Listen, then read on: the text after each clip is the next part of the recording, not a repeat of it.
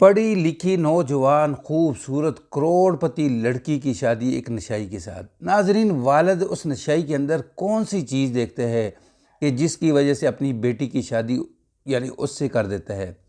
پھر پر امید رہنے والے لوگوں کی امیدیں اللہ کیسے پوری کرتا ہے؟ ناظرین، واقعہ جو ہے انتہائی ہی خوبصورت اور دلچسپ واقعہ ہے۔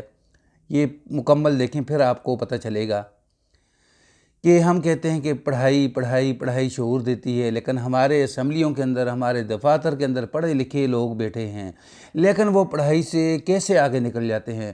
نہ انہیں حلال کی تمیز ہوتی ہے، نہ حرام کی تمیز ہوتی ہے۔ السلام علیکم ورحمۃ اللہ وبرکاتہ۔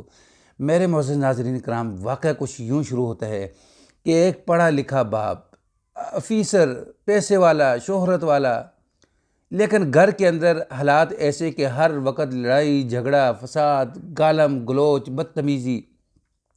لڑکی کہتی ہے کہ شاید کوئی دن ایسا ہوگا کہ جس دن ہمارے گھر کے اندر ہمارے والد کی اور ہماری والدہ کی لڑائی نہ ہو، تو ہم کہیں گے کہ آج کیا ہو گیا؟ کہتے پھر میں 5 بھائیوں کی اکلوتی بہن۔ اچانک ایک دن ہمارے دروازے کے اوپر دستک ہوتی ہے تو ایک خط آتا ہے، ڈاک آتی ہے۔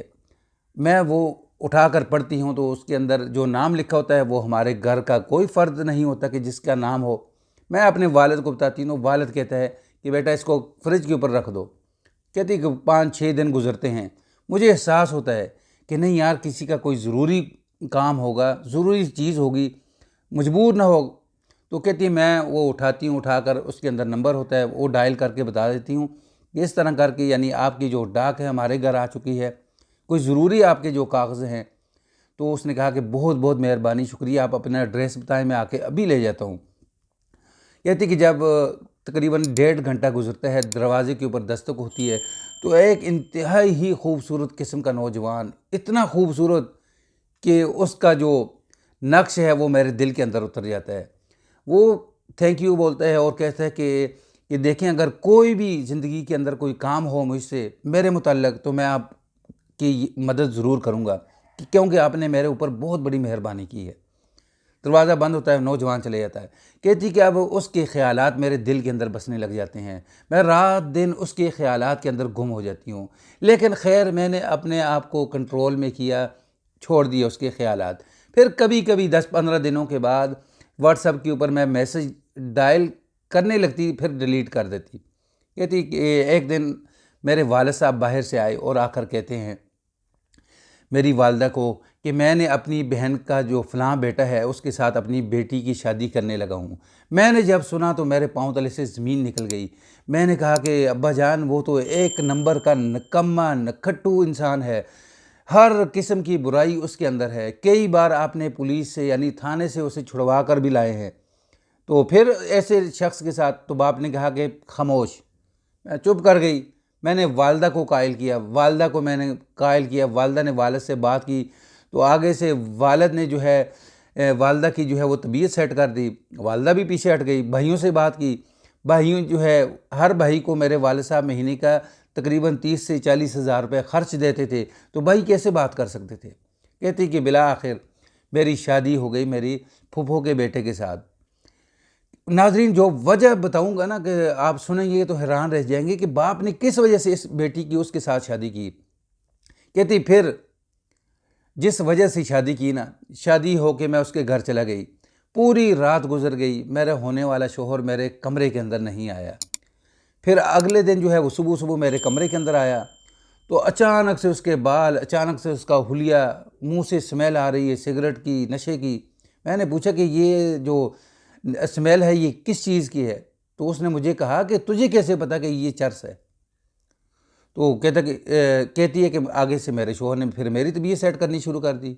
پھر اس کے بعد ناظرین کہتی کہ خیر رات میں سوئی نہیں، میں کچھ دیر آرام کیا، میری کزنوں نے آ کے مجھے اٹھایا تو میں پارلر کے اوپر تیار ہوئی، تو آ کر ہمیں اسی طرح شادی حال جو ہے ولیمے کے لیے لے جایا گیا۔ جب وہاں گئی میں اپنے ہونے والے شوہر کے جو دوست تھے، عجیب غریب قسم کے، پیلے دانت اور ہونٹوں کے اوپر لال سرخی، پان کھانے والے، سگریٹ پینے والے، وہ میرے ساتھ آ کے کھڑے ہو کے تصویریں بنوا رہے ہیں۔ میں نے اپنے شوہر کو بولا کہ یہ کیا؟ تو اس نے کہا خاموش رہو، یہ میرے دوست ہیں۔ خاموش ہو گئی میں۔ کہتی کہ میں پھر اس کے بعد واپس اپنے گھر آئی تو کئی بار ایسے ہوتا تھا کہ میرا شوہر مجھے کہتا تھا کہ اپنے گھر کی بات جو ہے اپنے والد کو نہیں بتانی، یعنی ماموں کو نہیں بتانی، خاموش رہتی۔ اتنی کرتے کرتے ایک دن کیا ہوا، میرے والد مجھے بتاتے کہ آپ کا شوہر جو ہے وہ جیل کے اندر بند ہو گیا۔ کس وجہ سے؟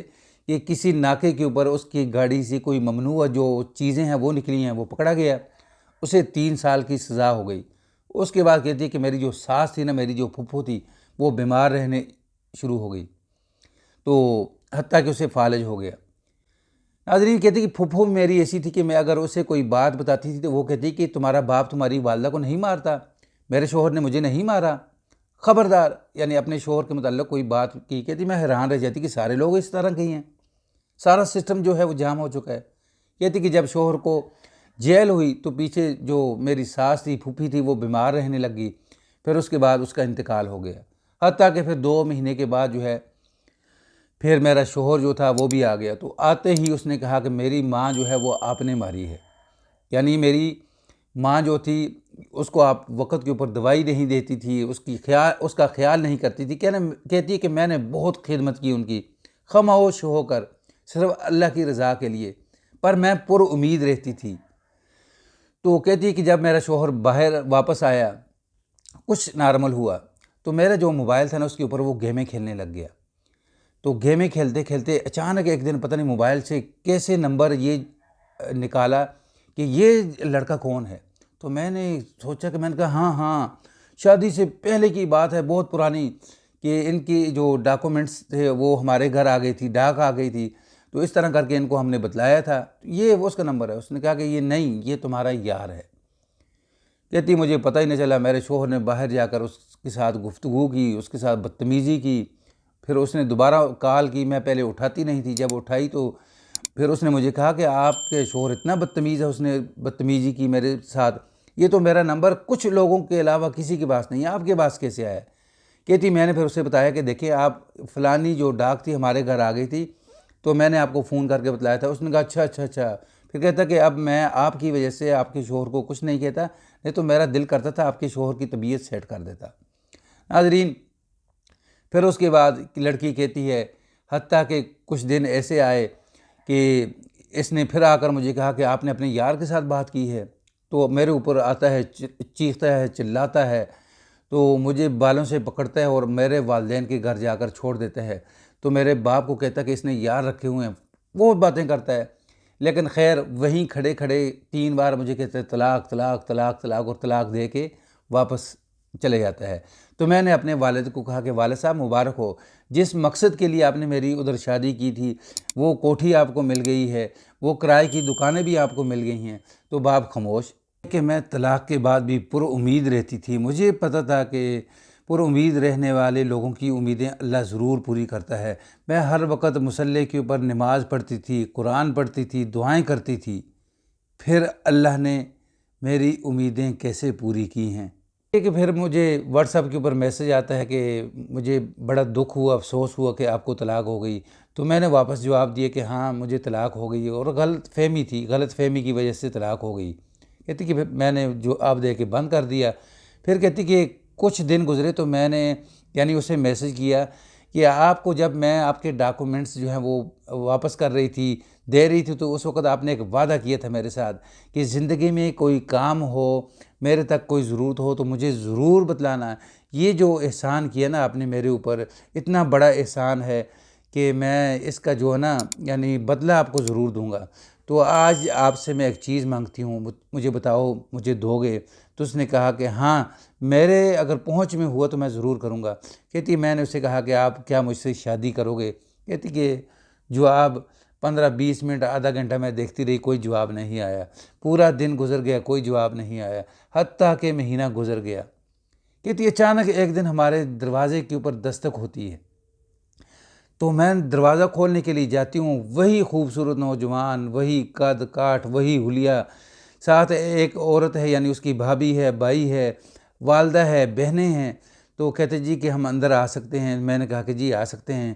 تو انہیں میں نے بٹھایا، پانی پلایا، چائے پلائی، تو انہوں نے ہمارے والد صاحب سے بات کی کہ ہم آپ کی بیٹی کا رشتہ کرنا چاہتے ہیں، رشتے کے لیے آئے ہیں، ہمارے بیٹے کا یہ بزنس ہے، یہ کاروبار ہے۔ تو والد نے جو ہے وہ فوراً حامی بھر لی، حتیٰ کہ میری شادی ہو گئی۔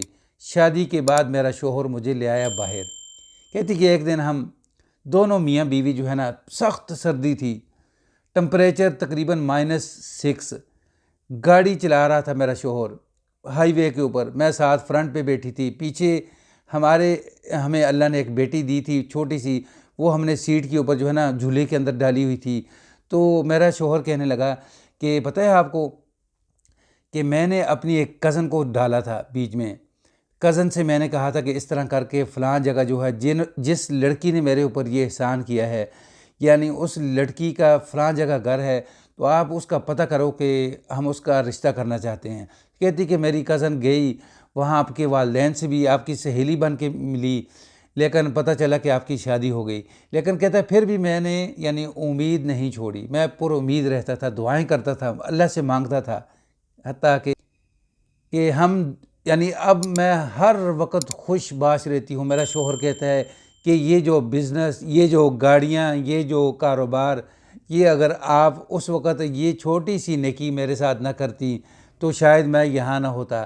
وہ چھوٹی سی نیکی تھی میری جو میں نے کی، تو اللہ نے اس نیکی کا بدلہ بھی مجھے واپس دے دیا، اور پر امید رہنے والے لوگوں کی امیدیں اللہ کیسے پوری کرتا ہے۔ کہتی کہ میں جب بھی جاتی ہوں نا حج عمرے کے لیے، میں وہاں رو رو کے دعائیں کرتی ہوں کہ یا اللہ تو نے مجھے اتنی مشکلات سے، اتنے گہرے کنویں سے نکال کے کہاں مجھے کھڑا کر دیا۔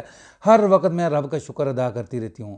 ناظرین، یہ واقعہ اور سٹوری ہے، پسند آئے تو اس کو آگے شیئر کر دیں، چینل پر نیو ہیں تو اس کو لائک سبسکرائب کر دیں، بیل کے بٹن کو دبا کر رکھیں تاکہ آنے والے اس طرح کے خوبصورت واقعات جو ہے وہ آپ کو ملتے رہیں۔ السلام علیکم ورحمۃ اللہ۔